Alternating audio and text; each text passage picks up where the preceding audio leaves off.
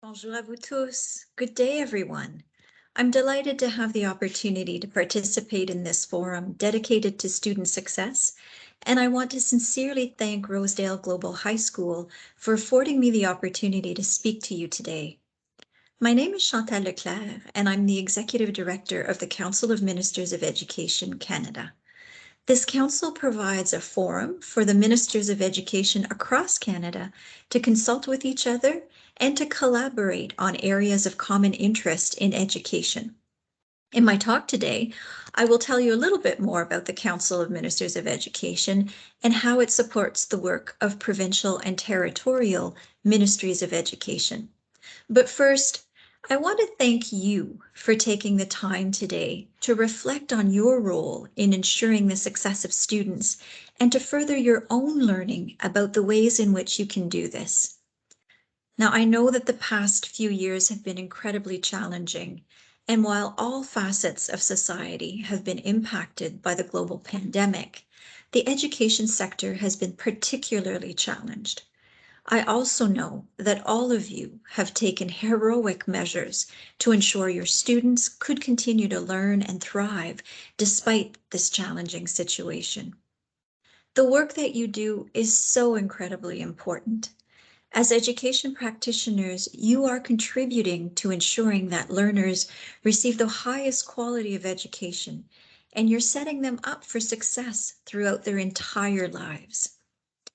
Access to high-quality, inclusive education is a fundamental right, yet sadly, there still are children, youth, and adults around the world that struggle to access education.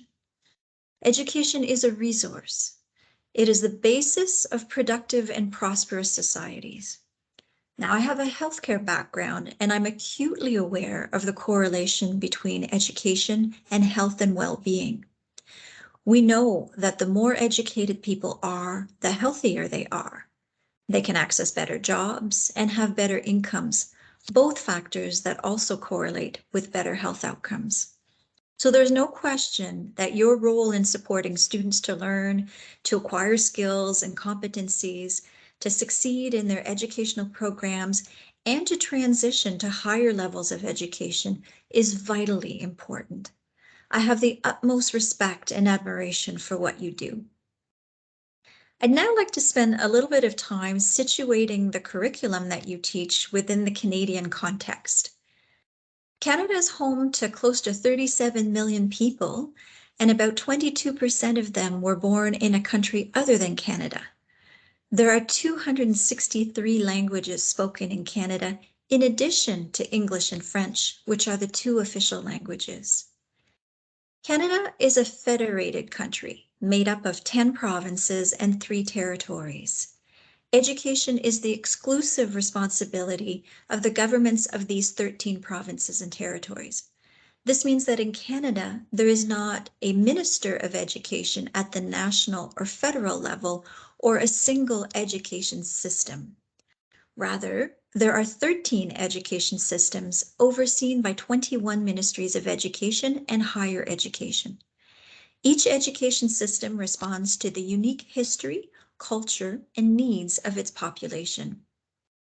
In Canada, when we refer to education, we are talking about the 4 pillars of education: early childhood learning and development, elementary and secondary education, post-secondary education, and adult learning.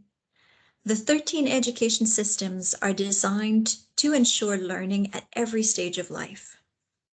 Children are obligated to attend school until they are 15, 16, or 18 years old, depending on the province or territory. Access to primary and secondary education is free in publicly funded schools. 80% of Canadians that are 15 years old or older completed high school, and more than half of Canadians also have college or university qualifications.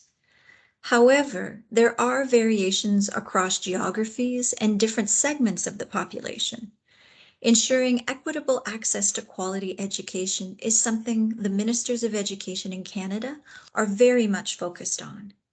And it is something that by the nature of your work, you are also contributing to improve.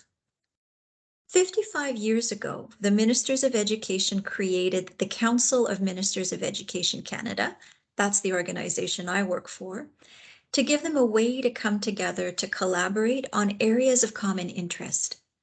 It is through the Council that the provinces and territories can interface with various national organizations, with the federal government, and advance their shared priorities both at home and on the international stage. And provinces and territories do participate in many international events and meetings to learn, to share our best practices, and to advocate for quality, equitable education in all countries. We have a framework in place to guide our international activities.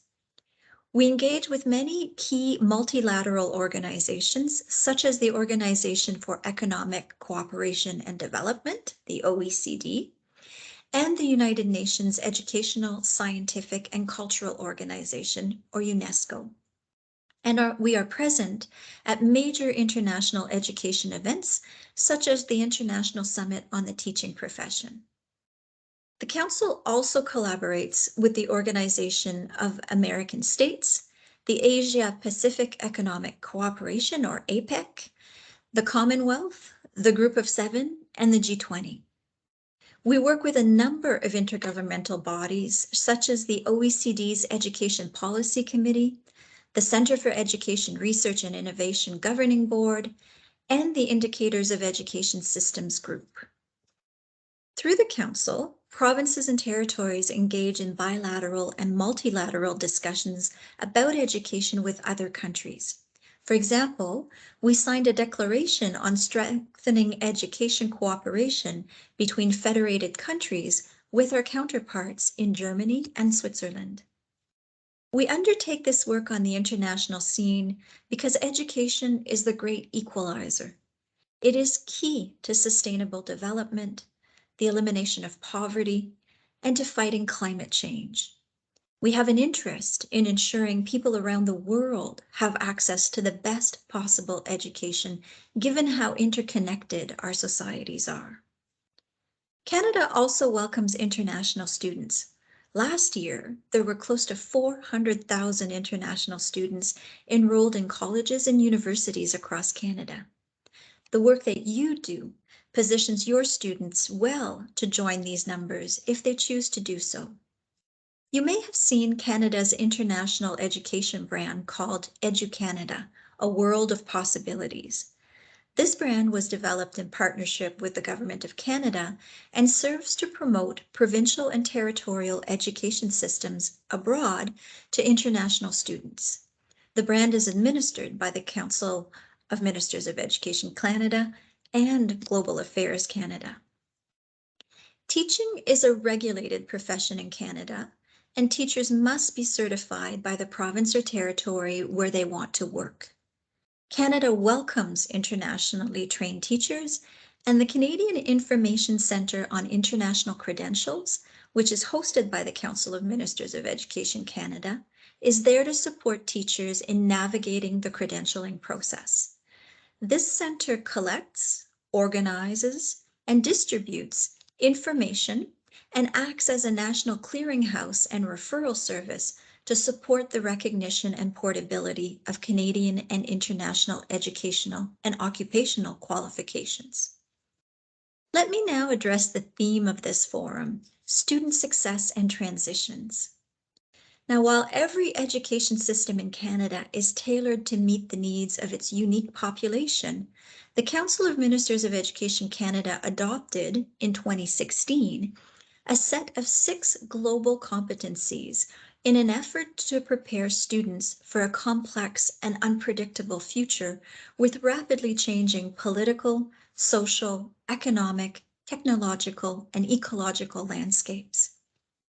The intent is to provide all learners with the knowledge, skills, values, and attitudes that they need for lifelong learning and to adapt to new situations and to make informed decisions, to understand global interdependence, and to be active global citizens.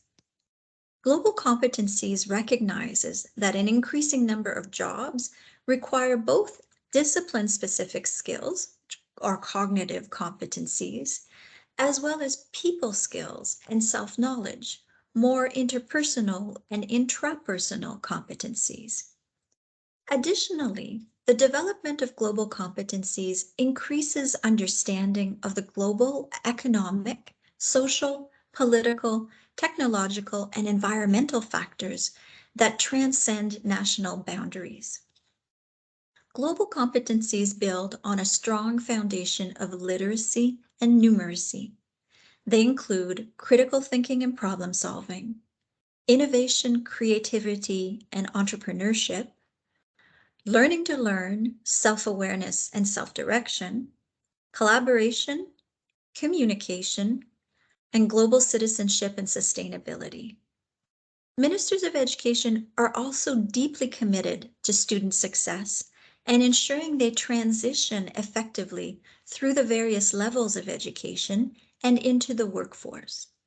In 2017, the Council of Ministers of Education Canada released a reference framework for successful student transitions, which is a series of benchmarks intended to support and promote good practice in student transitions. These benchmarks provide provincial and territorial governments with common reference points to guide assessment, development, exchange, collaboration with key stakeholders, evaluation, and continuous improvement. The benchmarks form the basis of two accompanying tools. First is a self-assessment tool that can be used by educational institutions and governments to assess their current transition policies and programming, to identify strengths and gaps, and set priorities for action to ensure that students transition successfully. The other tool is an action plan template that supports the implementation of actions to address assessment findings. You're able to access these tools and many other resources on the Council of Ministers of Education Canada's website. Canada is known around the world for the high quality of its education systems. We consistently rank among the top countries on most indicators of educational performance. Our education systems are diverse, welcoming, bilingual, and inclusive. And while we can all be proud of these accomplishments, we know that there's always room for improvement. And as I mentioned to you earlier, we do note differences in access and in educational outcomes across different learners, and this is something all ministries of education are actively working to address within their own provinces and territories and through the Council of Ministers of Education Canada. It is something that I know you also care about. One area that's of particular focus for the Council is Indigenous education.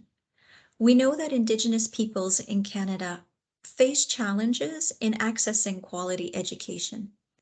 Ministers of Education are collectively committed to addressing the Truth and Reconciliation Commission of Canada's calls to action, in particular call number 63, which calls on the Council of Ministers to maintain an annual commitment to Indigenous education issues, including implementing curriculum and learning resources on Indigenous peoples in Canadian history and the history and legacy of residential schools, sharing information and best practices on teaching curriculum in support of this, building student capacity for intercultural understanding, empathy, and mutual respect, and identifying teacher training needs. The Council of Ministers' work on Indigenizing education is guided by an Indigenous education plan. Work is underway to ensure that curricula reflect Indigenous ways of knowing, being, becoming, and doing, which is essential not only for the success of Indigenous students, but of all students. I'd like to thank you again for attending today's forum and for the amazing work that you do. And thank you to Rosedale Global High School for your great work, and congratulations for putting together such an interesting program. I wish you all a great forum. Merci.